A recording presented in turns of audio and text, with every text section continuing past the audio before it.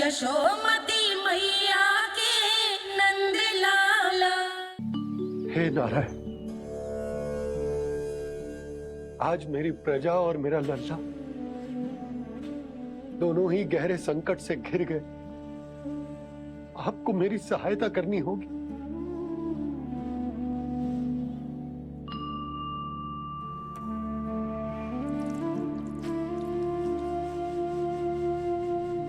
प्रभु, पिता होने का कर्तव्य मुझे एक दिशा में धकेल रहे है तो राजा होने का उत्तरदायित्व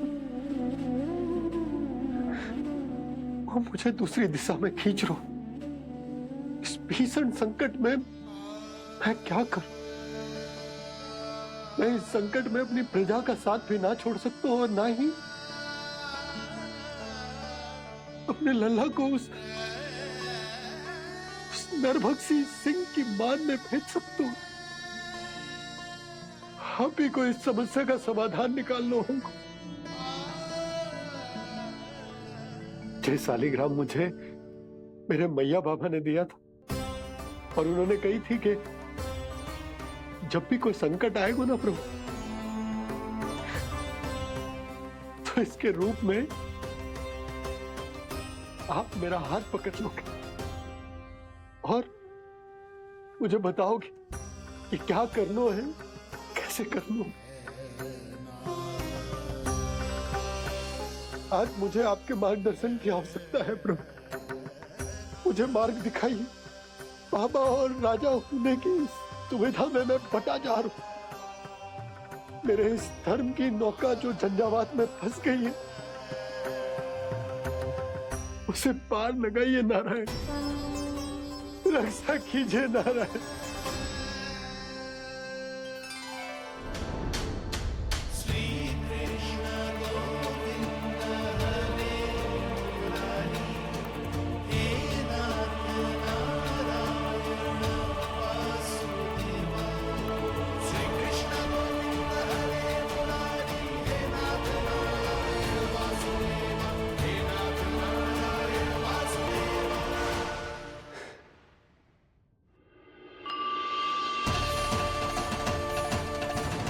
सालिग्राम यहीं तो रखा था मैंने। कहाँ गिर गया? कहाँ चला गया? मैंने तो यहीं रखो था।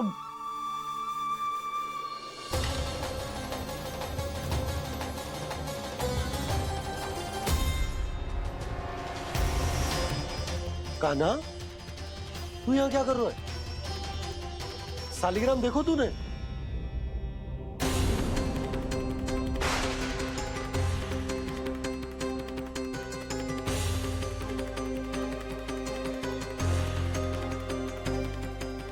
तेरे मुंह में क्या है? कान्हा, कहीं तूने सालिग्राम मुंह में तो ना ले लियो? हे नारायण, क्षमा करना, अबोध बालक। जी क्या करो कान्हा तूने? क्या बाहर निकाल सालिग्राम। लल्ला, जी अनुचित है। यदि वो तेरे कंठ में चला जाएगा तो तेरी सांस। लल्ला, ला बाहर निकाल। अच्छो बालक है ना तू? हाँ? ला। अरे तेरी मैया को पता चलेगा ना तो वो कहेगी कि ना तो प्रजा का ध्यान रख सकते हो ना ही अपने लल्ला का। लोभ के फंदे में चारों ओर से जकड़ गए थे हम। भविष्य के स्वप्न देखते देखते अपने जीवन का सबसे बड़ा भूल किया है हमने। यशोदा और नंद भैया ने आप सबको समझाने का कितना प्रयास किया था, और यहाँ तक कि छोटे कान्हा ने भी हमें कितना समझाया, लेकिन हमने उस दुष्ट व्यापारी को अपना सारा वचन दे दिया। मुझे तो सबसे पहले अपने घर में बिठाकर ही समझाया था उन दोनों ने। कही थी कि कोई किसी भी वस्तु का दुगना मूल्य क्यों देगो, पर मैंने उनकी एक भी ना सुनी। आप ही बताओ रोहिणी जी, अब किस मुंह से क्षमा मांगूंगी मैं यशोदा जी से? क्षमा मांगने की कोई आवश्यकता नहीं।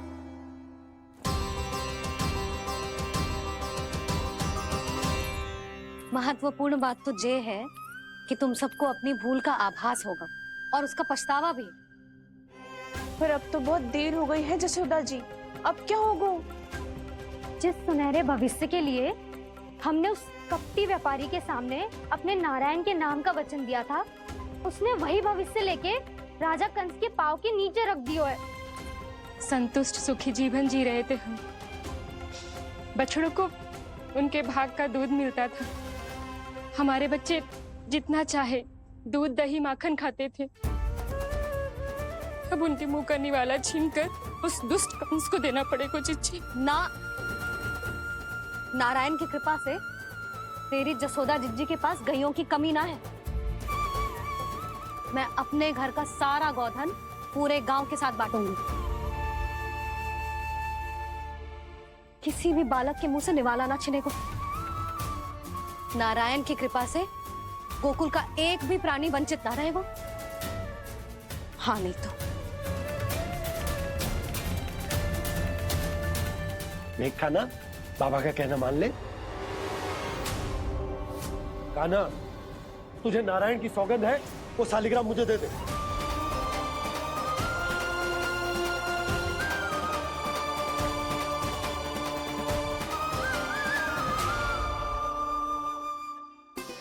छे, क्या करो लल्ला तूने? ऐसे भी कोई कर तो है क्या लल्ला? मैं पहले से ही तुझे लेकर कितना चिंतित हूं। अच्छा पता है तुझे? क्षमा करना प्रभु।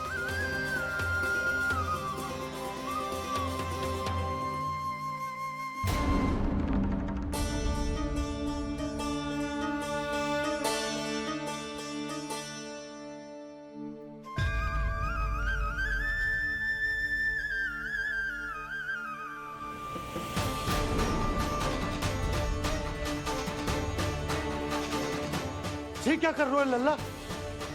नारायण की मूर्ति कहाँ गई?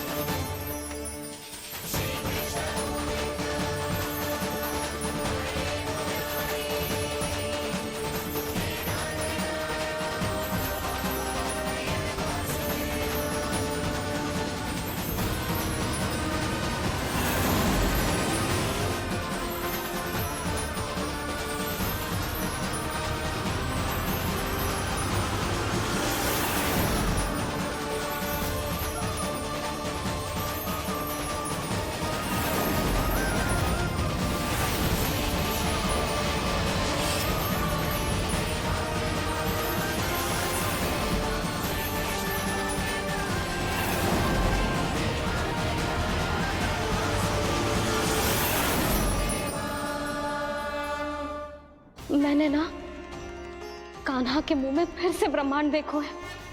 मैंने तो ये भी देखो कि श्री नारायण गोकुल में हर स्थान पे है। जहां देखो वही नारायण।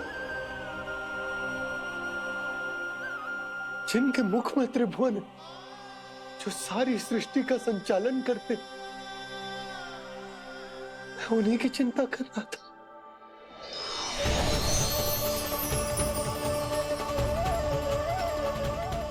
प्रभु, प्रभु, बाहर भी आप हैं और भीतर भी। मुझे क्षमा कर दो प्रभु, क्षमा कर दो। इस सांसारिक माया में आकर मैं भूल गया था जिनके पास सारी समस्याओं का समाधान है, जो किसी भी संकट को क्षण भर में समाप्त कर सकते, वो तो मेरे सामने ही।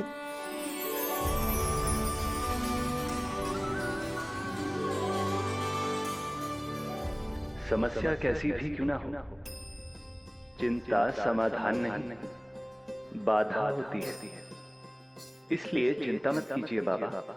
मैं तो सदैव ही कहता हूं, मनुष्य को कठिन से कठिन परिस्थिति में भी चिंता से दूर ही रहना चाहिए। यदि व्यक्ति अपना सारा ध्यान अपने कर्मों को पूरा करने पर लगाए, तो वो बड़े से बड़े संकट का सामना भी सहज ही कर सकता है। और वैसे भी मेरी पूजा वही करते हैं जिन्हें मेरे अस्तित्व पर विश्वास है। इसीलिए उन्हें भी ये विश्वास अवश्य रखना चाहिए कि मैं अपने भक्तों का साथ अवश्य देता हूं, सदैव, हर परिस्थिति में।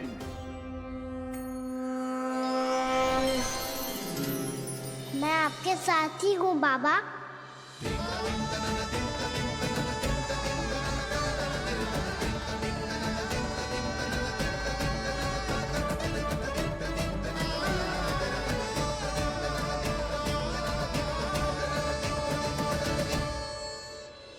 जीवन भर उसके साथ व्यापार करने को वचन दियो है, उसका क्या जशोदा?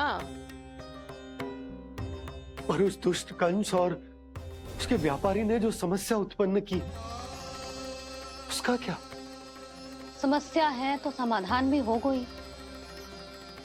मैंने तो कही थी ना मौसी, जो हमारे समझ में ना आए उस समाधान का दायित्व भगवान नारायण पर छोड़ देना चाहिए।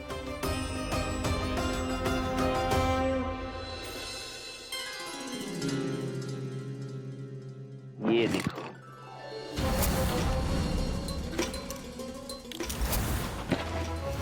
ये आभूषण, मोती, ये स्वर्ण उपहार में देने का सामर्थ्य किसके पास होगा? कंस महाराज, तुम देख लेना, मैं इस घर को महल बना दूंगा, सब झटक लूंगा। कान्हा, तुम तो अंतर्यामी हो, सब जानते। बताओ ना, कैसे मैं गोकुलवासियों की सहायता करूं? कोई उपाय सुझाओ। तुम्हारी ये रहस्यमयी मुस्कान बता रही है कि तुम्हारी लीला पहले से ही आरंभ हो चुकी है ना? अपने कर्मों का फल सभी को भोगना ही पड़ता है बाबा, चाहे वो अच्छा हो चाहे वो बुरा। तुम सभी चिंता मत ही करो। जो अन्य व्यक्तियों के साथ बुरा करते है ना, उसके साथ देर सवेर बुरा ही होता है। और जिस हाथ से उस षड्यंत्रकारी ने तुम सबका दूध दही माखन लियो है ना, जल जाएंगे वो हाथ, जल जाएंगे वो। दोनों पिता पुत्र का इसी से स्वागत करूंगा।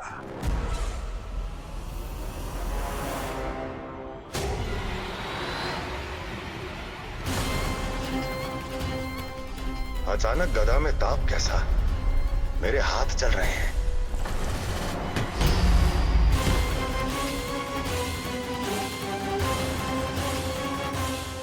और वो व्यापारी जो तुम सबके शांत जीवन में भूचाल बन के आओ है, स्वयं शांति से थोड़े ना बैठ पाएगा। अरे उसके जीवन में उस षड्यंत्र से बहुत अधिक भयंकर भूचाल आएगा।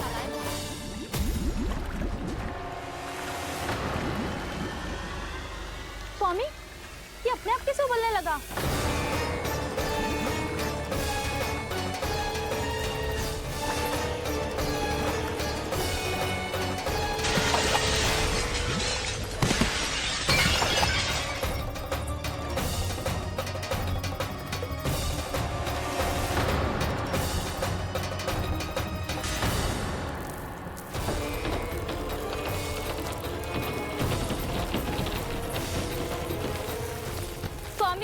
आप इस घर को महल बनाने का स्वप्न देख रहे थे, लेकिन ये खंडर बन गया।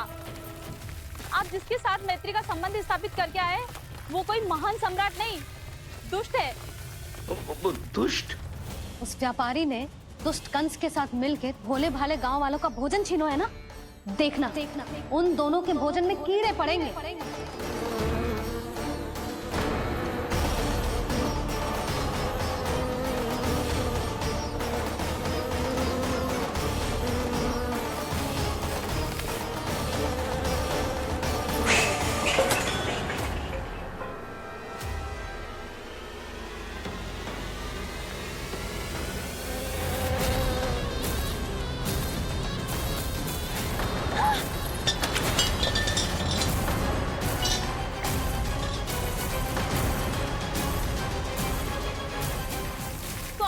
घर गया, जीविका का साधन गया, अब क्या जाएगा हमारा जीवन?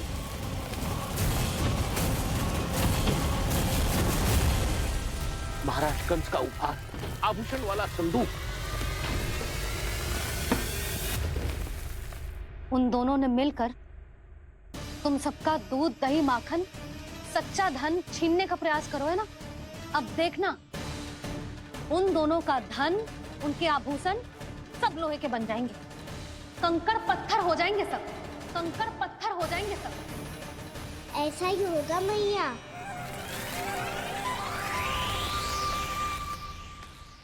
मेरे ग्राहक। लेकिन स्वामी, ये इतने क्रोध में क्यों दिखाई दे रहे हैं?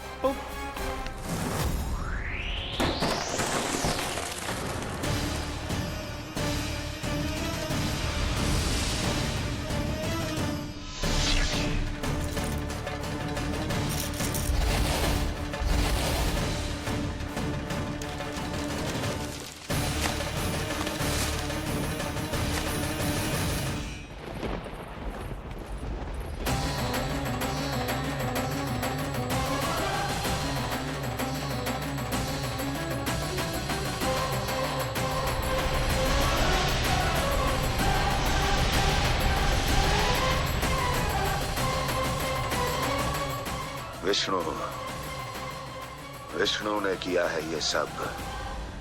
कंस ने जो किया है उसका दंड वो अवश्य भोगेगा, उसका दंड वो अवश्य भोगेगा, दंड वो अवश्य भोगेगा। किसने कहा ये? किसने कहा ये? किसने कहा? मैंने पूछा किसने कहा ये? तुम जिसे ढूंढ रहे हो वो मैं हूँ, विष्णु अवतार। क्या चाहता है तू? तुम्हारे युद्ध मुच्छेदा कंस और मेरे भोले भाले भक्तों को अपने जाल में फंसाकर तुमने सारी सीमाएं पार कर दी। अब जब तक तुम गोकुल के ग्वालों को अनुचित प्रकार के अत्याचार से मुक्त नहीं कर देते, तुम्हारा और अन्य सभी षड्यंत्रकारियों का सामर्थ्य, वैभव, बल सब कुछ नष्ट होता चली जाएगा और तब तक अपने पूर्व रूप में वापस नहीं आएगा जब तक तुम उन निर्दोषों को जीवन यापन का अधिकार लौटा नहीं देते।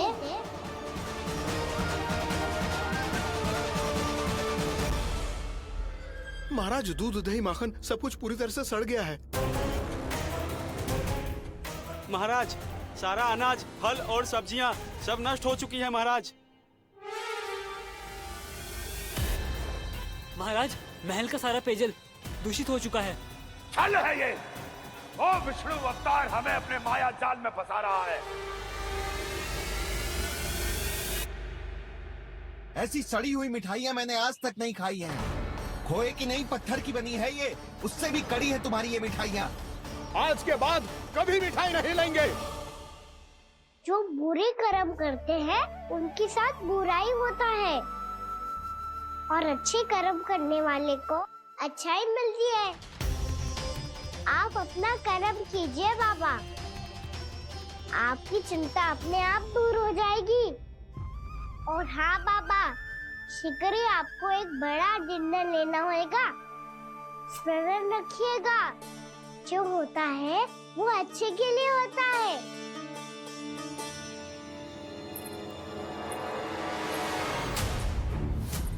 बाबा, मैया आ रही है, क्या करूं?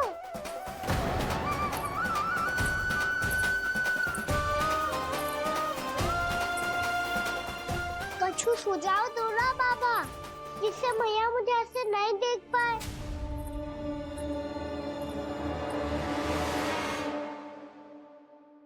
सुनो जी, आपने पुकार लगाई थी क्या?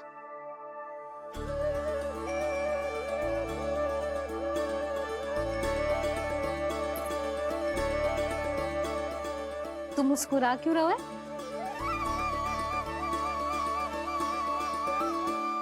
और आप भी बदले बदले से दिख रहे हो। पूजा करके तनिक शांति मिली ना? शांति ही नहीं यशोदा, प्रभु नारायण ने मुझे समस्या को समाधान भी दे दिया। मैं बस अपना कर्म करूं। कल कंस से मिलने मथुरा जाऊंगा मैं।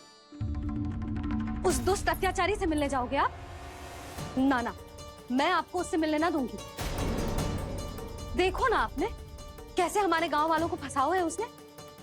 अवश्य ही आपको भी उसी उद्देश्य से बुला रहा है। हे प्रभु? कुछ देर पहले ही तो मैया सभी को मुझ पर अर्थात श्री नारायण पर विश्वास करने की सीख देकर आई है। अब देखो स्वयं भी चिंता कर रही है ये। चिंता मत ही करो यशोदा, मुझे श्री नारायण किसी भी जाल में ना फंसने देंगे। वो तो यही है हमारे साथ। यही है, इसका क्या अर्थ है जी? तुमने कही थी ना कि तुमने उन्हें हर जगह देखो, हमारे घर में, गोकुल में, तो इसीलिए तुम चिंता ना करो, मुझे अपना कर्तव्य करने दो। कल भोर होते ही मैं मथुरा निकल जाऊंगा। पता तो चले वो हमसे चाहतो क्या है।